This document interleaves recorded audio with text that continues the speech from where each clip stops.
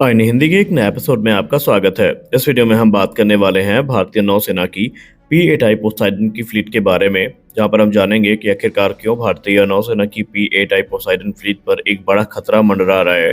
लेकिन इस बार ये खतरा अमेरिका की तरफ से नहीं है, बल्कि ये खतरा है खुद चाइना और पाकिस्तान की तरफ से। और हम ये भी जानेंगे कि भारत इस खतरे से कैसे पार पा सकता है और वो कौन सी चीजें हैं जो इस संभावित खतरे से हमें बचा सकती हैं। देखिए, इसमें कोई संदेह नहीं है कि भारतीय नौसेना के लिए P-8I पोसाइडन की फ्लीट काफी महत्वपूर्ण भूमिका रखती है, क्योंकि ये भारत के मैरीटाइम पेट्रोल एयरक्राफ्ट है जो कि अपनी एडवांस कैपेबिलिटीज के लिए जाने जाते हैं, और ये भारत की मैरीटाइम सिक्योरिटी के लिए एक महत्वपूर्ण भूमिका भी निभाते हैं।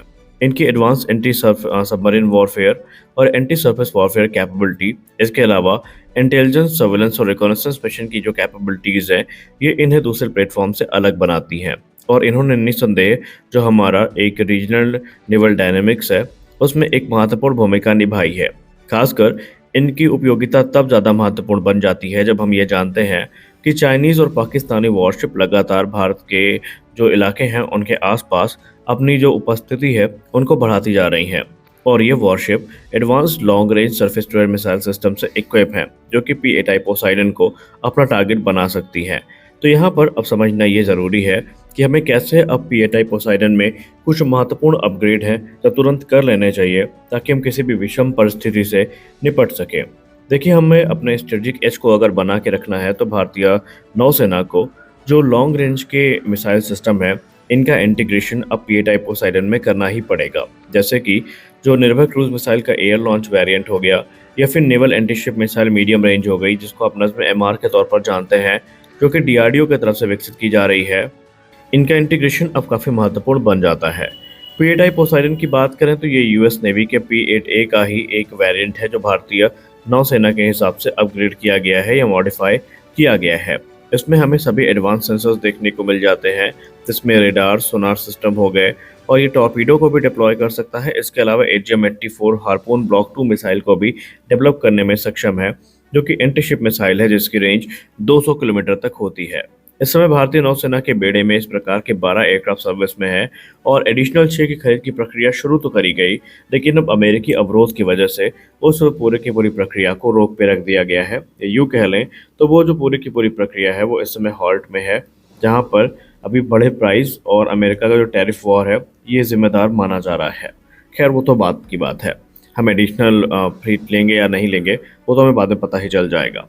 लेकिन इंडियन ओशन रीजन में जो लगातार थ्रेट बढ़ती जा रही है, उनको काउंटर करने के लिए जो लॉन्ग रेंज की मिसाइल हैं, उनकी लिमिटेशन, उनकी जो नीड है वो काफ़ी ज़्यादा है। क्योंकि हम सब जानते हैं कि निसंदेह हार्पून मिसाइल एक बहुत ही टेक्नोलॉजिकली एडवांस मिसाइल है, लेकिन इसकी रेंज हमारे लिए चिंता का विषय है। क्योंकि रिपोर्ट ये दावा करती हैं कि चीन की जो नेवी है, उनके जो डिस्ट्रॉयर है, जैसे कि टाइप 55 डिस्ट्रॉयर हो गए, या पाकिस्तानी नेवी की जो वेसल्स हैं, ये लगातार सोफिस्टिकेटेड लॉन्ग रेंज के जो सैम सिस्टम है, इनसे इक्विप होती जा रही हैं। जैसे कि चाइनीज SQ-9 हो गए, ये LY-80 सिस्टम्स हो गए पाकिस्तान के। ये बहुत ज़्यादा हमारे लिए एक थ्रेट बनते जा रहे हैं, क्योंकि इनकी रेंज 200 किलोमीटर से ज़्यादा की है।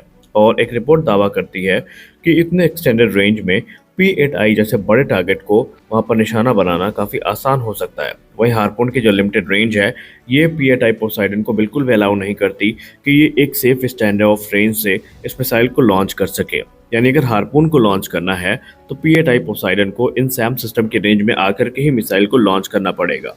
और इसीलिए डर इस बात का है कि कैसे अगर कभी ऐसी परिस्थिति आती है तो P-8I पोसाइडन को बिना एक भी मिसाइल दागे बहुत ज़्यादा नुकसान उठाना पड़ सकता है। और इसीलिए इस समय अब जो भारत के सीनियर डिफेंस एनालिस्ट हैं और भारतीय नौसेना के अधिकारी हैं, उन्होंने जो भारत की लॉन्ग रेंज मिसाइल है, इनके इंटीग्रेशन का जो मुद्दा है वो उठाया है। इस समय भारत के P-8I पोसाइडन में कोई भी ऐसी लॉन्ग रेंज मिसाइल नहीं है जो कि एक सेफ डिस्टेंस से एनिमी शिप्स को टारगेट कर सके, और इसीलिए इस समय निर्भय और नज़्म MR का नाम सामने आ रहा है। निर्भय की बात करें तो ये एक सबसोनिक क्रूज मिसाइल है जिसकी रेंज 1000 से 1500 किलोमीटर की है, और ये मल्टीपल प्लेटफॉर्म से लॉन्च की जा सकती है। यानी कि इसका एयर लॉन्च वेरिएंट भी है, इसका लैंड बेस्ड लॉन्चर भी है, वहीं इसको नेवल शिप से भी लॉन्च किया जा सकता है। और इसका जो एयर लॉन्च वेरिएंट है वो करेंटली अंडर डेवलपमेंट है DRDO के तरफ से, जो कि आने वाले भविष्य में P-8I पोसाइडन को एक क्लियर एज जो है वो दे सकता है। निर्भय मिसाइल की जो वर्सेटैलिटी है, लैंड अटैक और एंटी-शिप वेरिएंट की और एयर लॉन्च वेरिएंट की, ये इसको एक आदर्श प्लेटफ़ॉर्म बना सकती है। वहीं इसकी लो एल्टीट्यूड और सी स्किमिंग जो फ्लाइट प्रोफ़ाइल है, वो इसकी सर्वाइवबिलिटी को भी काफ़ी एनहांस करती है, जहाँ पर ये एनिमी के रडार डिटेक्शन को इवेड कर सकती है।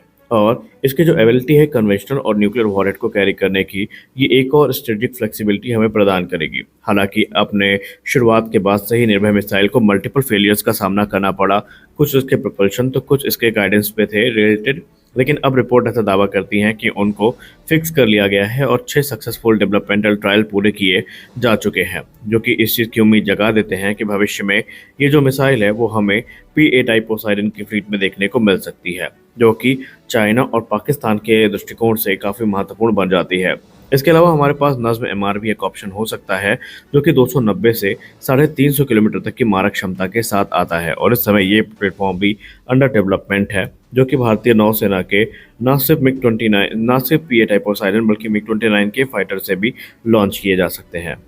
जब से अमेरिका और भारत के बीच में टैरिफ विवाद हुआ, एक डर हमारे मन में बसा कि क्या F404 इंजन की डिलीवरी बाधित हो सकती है, और इसको लेकर बहुत सारी चर्चाएं इंडियन डिफेंस कम्युनिटी में लगातार चल रही हैं।